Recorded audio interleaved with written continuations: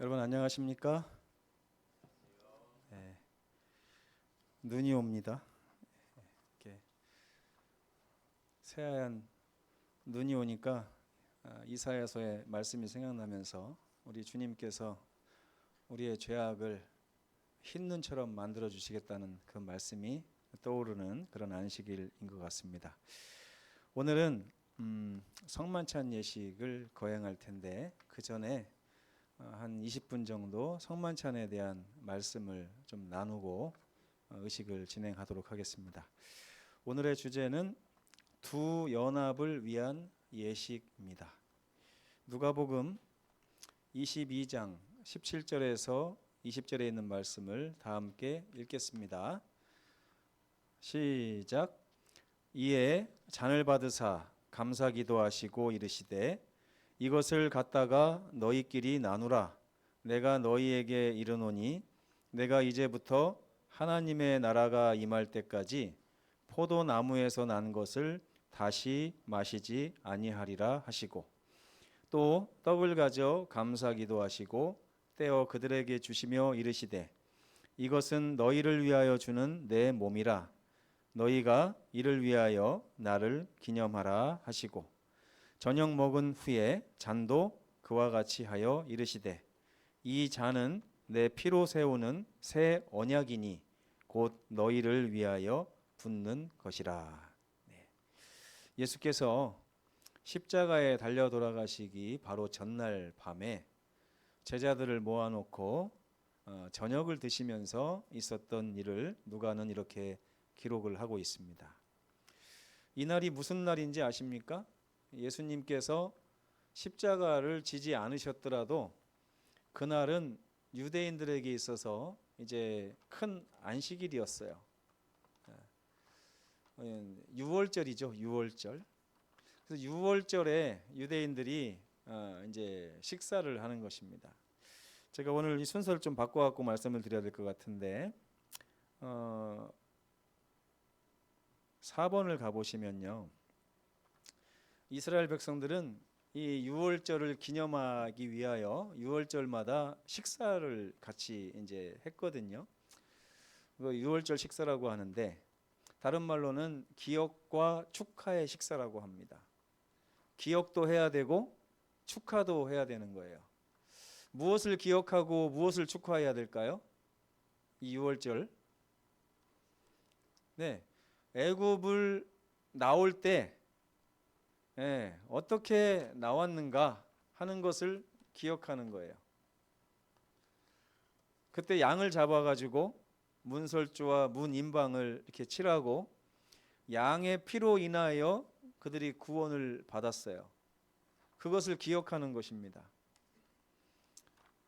그리고 나면 애굽에서의 노예 생활을 마치고 이제 애굽을 나왔기 때문에 그것을 기뻐하고 축하하는 시간도 갖는 것입니다. 그래서 이스라엘 백성들의 6월절 식사는 기억의 식사와 축하의 식사로 나눠지는데 기억의 식사 때는 경건하게 6월절 음식을 먹었습니다.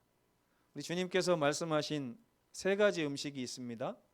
첫째는 맞자라고 하는 음식입니다. 맞자. 이 맞자는 누룩이 없는 빵을 얘기합니다. 오늘 우리가 드실 빵도 이런 빵입니다. 그리고 마르라고 하는 쓴 나물. 여러분 마르 하니까 뭐 생각나는 거 없으세요? 마라의 샘물 기억하십니까? 마라의 샘물. 물이 썼잖아요. 그죠? 여기도 보니까 마르 하면 쓴 나물을 이야기하는 것입니다. 그리고 불에 구운 양고기를 이렇게 먹게 돼 있어요. 그래서 6월절 날에는 가족이 이렇게 둘러앉아 가지고 가족이 맞자와 마르와 불에 구운 양고기를 먹었습니다. 그러면 아이들이 평소에는 맛있는 음식을 먹으면서 왜 오늘은 이렇게 누룩이 없이 부풀지 않은 빵과 그 다음에 달지도 않은 이 쓴 나물을 불에 구워 가지고 이렇게 먹으라고 했는지 아이들이 궁금해할 거 아닙니까? 그러면 그 후에 하가다라고 하는 이제 부자간에 문답을 했다는 것입니다. 아버지 왜 우리가 이거를 왜 하는 거죠? 그러면 아버지가 그 옛날 있잖니 그러면서 이제 출애굽의 여정을 설명해 주는 거예요. 그러면 아들이 아 그렇군요 하면서 그것을 기억하는 것입니다. 하나님이 우리를 구원해 내셨음을 기억하는 거예요. 그래서 애굽에서의 그 고난과 또 그 고난에서 건지신 하나님의 은혜를 기억하는 거예요. 뭘 기억한다고요? 두 가지를 기억합니다. 첫째, 애굽에서 우리가 하나님 없이 얼마나 많은 고난을 당했었는가 하는 것을 쓴나물을 먹으면서 기억하는 거예요. 그리고 그 고난에서 하나님이 건지셨다는 것, 아마 이게 불에 구운 양고기를 통해서 이것이 나타나지 않았나 싶습니다. 이렇게 기억을 끝내고 나면 그때부터는 이제 축하의 식사가 이어집니다. 이 축하의 식사는 어떻게 했냐면 사람마다 포도즙을 1인당 4잔씩 이렇게 따라서 먹습니다. 먹고 나면 5번째 잔을 따른 다음에 5번째 잔은 아무도 먹지 않아요. 6월절이 다 끝날 때까지도 이 잔은 먹지 않습니다.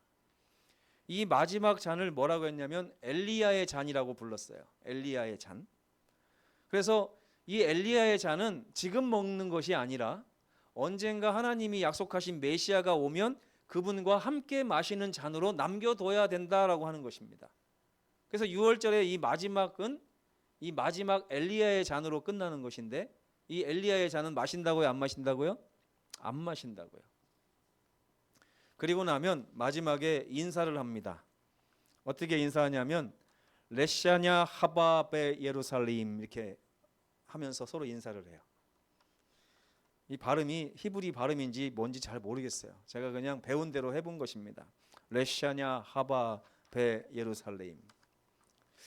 내년에는 예루살렘에서 봅시다 이런 뜻이랍니다. 그래서 다시 만나요, 뭐 see you again 이런 얘기 같아요.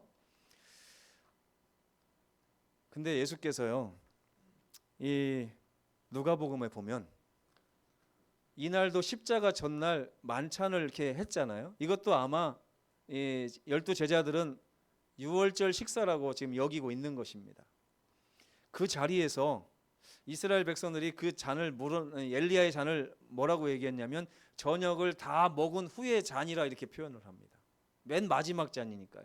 저녁 먹을 때 먹는 잔이 아니라 저녁을 먹고 난 다음에 남겨져 있는 이 잔을 저녁 먹은 후의 잔이라고 하는 거예요. 이 잔은 먹으면 돼요, 안 돼요? 지금 배웠잖아요. 먹으면 된다고 안 된다고요? 왜 먹으면 안 돼요? 언젠가 오실 메시아와 함께 나눌 잔이기 때문에 그래요. 그런데 바로 그 저녁 먹은 후의 잔을 예수께서 갑자기 드시는 것입니다. 들더니 이르시되 이 잔은 내 피로 세우는 새 언약이니 곧 너희를 위하여 붓는 것이라 그러면서 그 잔을 먹이는 거예요. 제자들이 놀랬을까요? 안 놀랬을까요? 예수님이 뭔가 잘 모르시네? 이 잔은 먹는 건데 안 먹는 건데? 안 마시는 건데? 예수님 왜 저걸 마시지? 제자들이 그렇게 어리석었어요. 그토록 6월절마다 1년에 한 번씩 이 잔을 놓고서 기다렸던 그 메시아를 지금 자기들이 만나서 함께 6월절 식사를 나누고 있는데도 아는 거예요, 모르는 거예요? 모르는 거예요. 근데 예수께서 이렇게 말씀하십니다. 내가 고난을 받기 전에 너희와 함께 이 6월절 먹기를 원하였노라. 예수님은 지금 아주 감격하고 있었어요. 그토록 몇천 년 동안 기다렸던 6월절 식사를 제자들과 함께 그 마지막 잔을 나누고자 했었는데 정작 그 제자들은 그 마지막 잔을 예수께서 왜 드시는지조차도 모르고 있었다는 거예요. 6월절은요, 예수께서 그 잔을 마지막 잔을 드시는 순간 효력이 다했습니다. 6월절의 효력은 언제까지예요?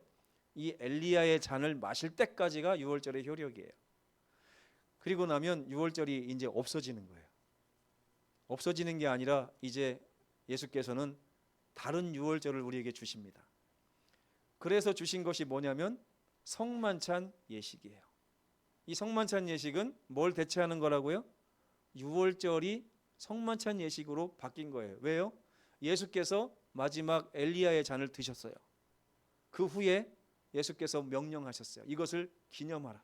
그러니까 유월절을 기념하는 대신 이제는 성만찬을 통하여 우리가 애굽에서의 고난과 애굽에서의 구원을 기념하는 것입니다. 아멘이죠?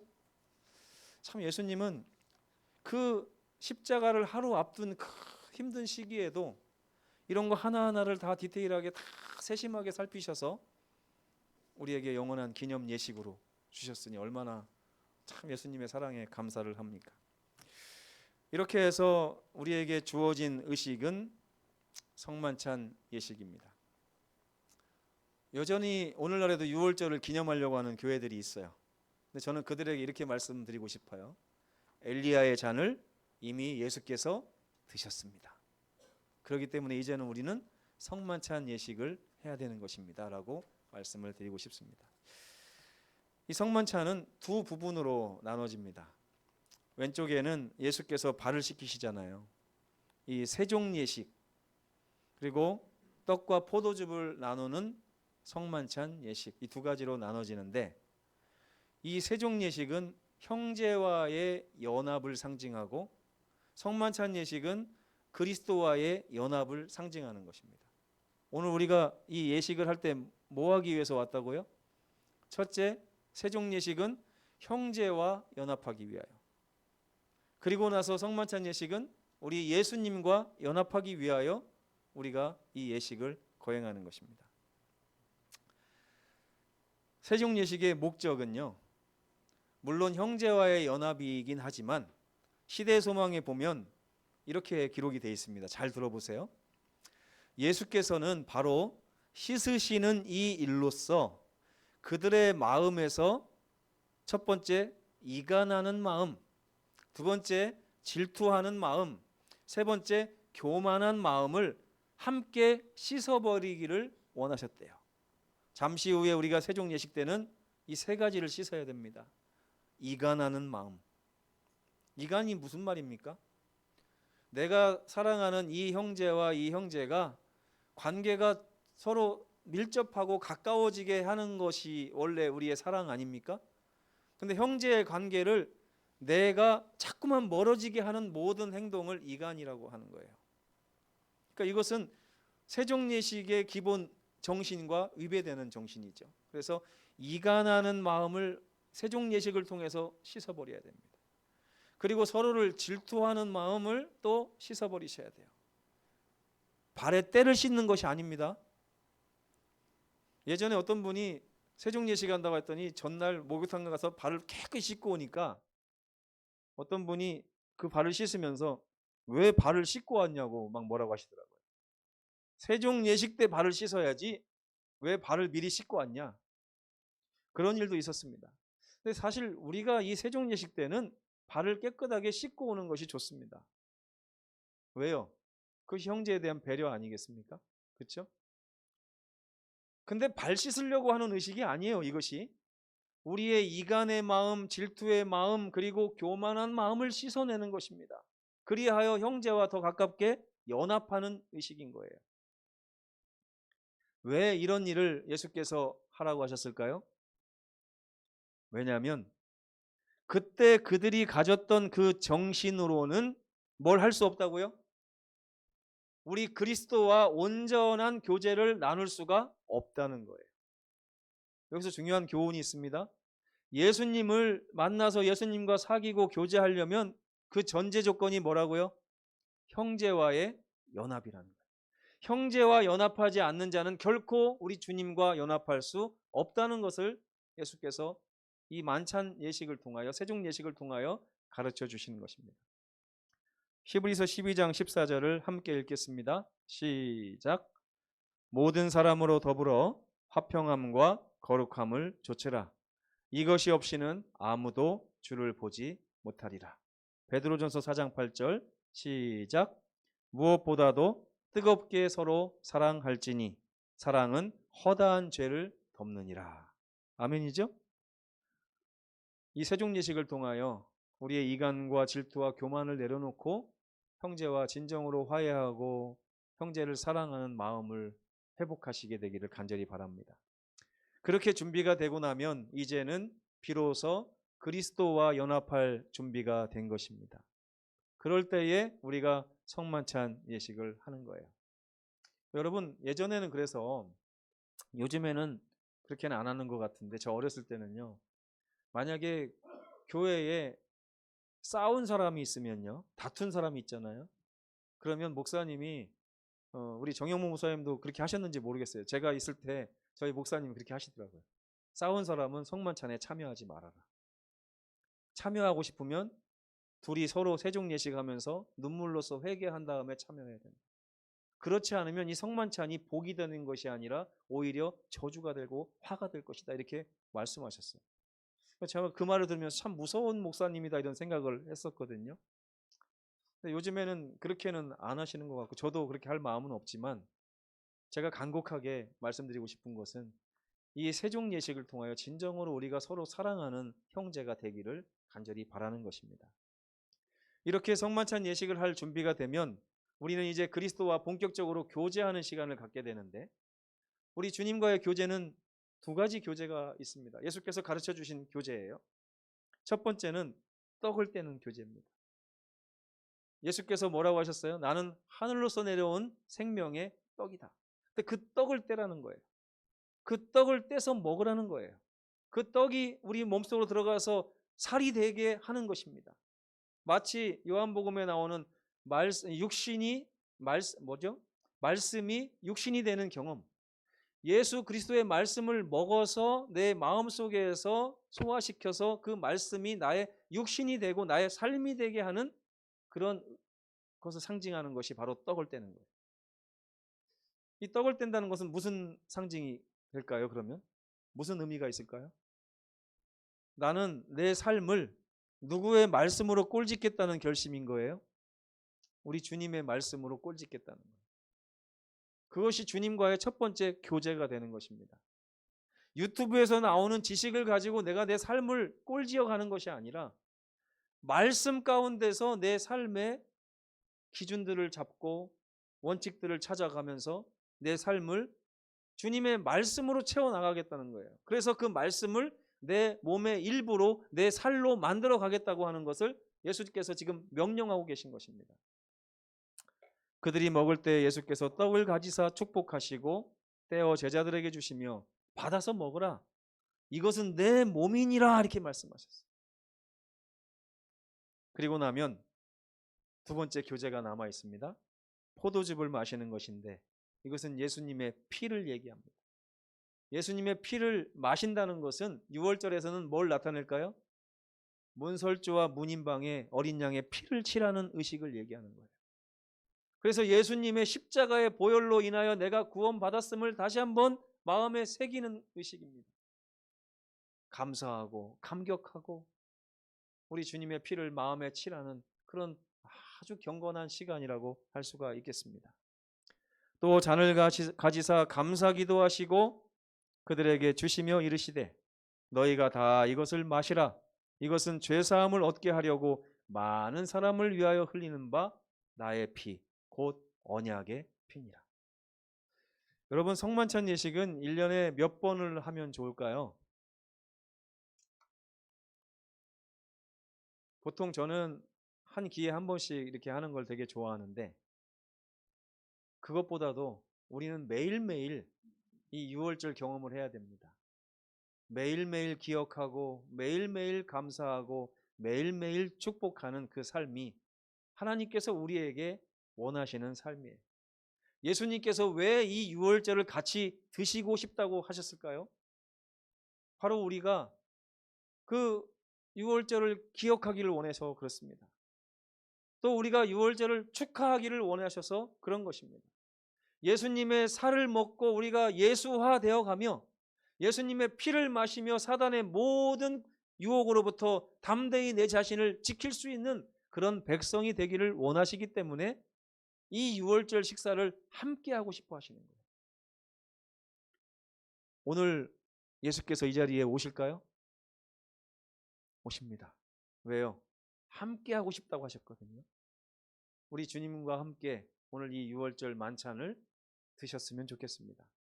그리고 매일매일 주님과 함께 이 만찬을 거듭거듭 드셨으면 좋겠습니다. 성만찬은 형제에 대한 연합과 그리스도와의 연합으로 연합대 부분으로 나누어집니다. 서로에게 있는 연약함과 죄악들을 서로 씻어주고 형제와 연합하시는 세종 예식을 경험하시면 좋겠습니다. 또 그분의 살과 피를 먹음으로 예수를 붙잡아 그분과 교제하고 그분과 연합하는 귀한 만찬의 시간이 되셨으면 좋겠습니다. 예수께서는 엘리야의 잔을 우리와 지금도 함께하고 싶어 하십니다. 근데 그분이 약속하신 게 있어요. 내가 이제부터 하나님의 나라가 임할 때까지 포도나무에서 난 것을 다시는 마시지 않겠다. 무슨 말이에요? 저 하늘에 가서 이 6월절 만찬을 다시 하고 싶어 하시는 예수님의 마음이 여기 기록된 거예요. 하늘에 가서 이 만찬을 나누면 얼마나 우리가 행복할까요? 이미 구원받고 하늘에 와서 이 세상의 모든 역경을 뒤로하고 눈물 없는 그 나라에 도착해서 예수님과 이 만찬을 나눌 때 우리의 기쁨이 얼마나 크겠습니까? 우리 주님께서 오늘 이 예식을 통하여 먼 훗날 우리 주님 오시는 그날, 이제 가까이 이른 그 날에 하늘에 가서 이 만찬을 함께 나눌 수 있는 그런 놀라운 경험을 오늘 주시게 되기를 간절히 바라면서 말씀을 마치겠습니다. 잠깐 기도하겠습니다.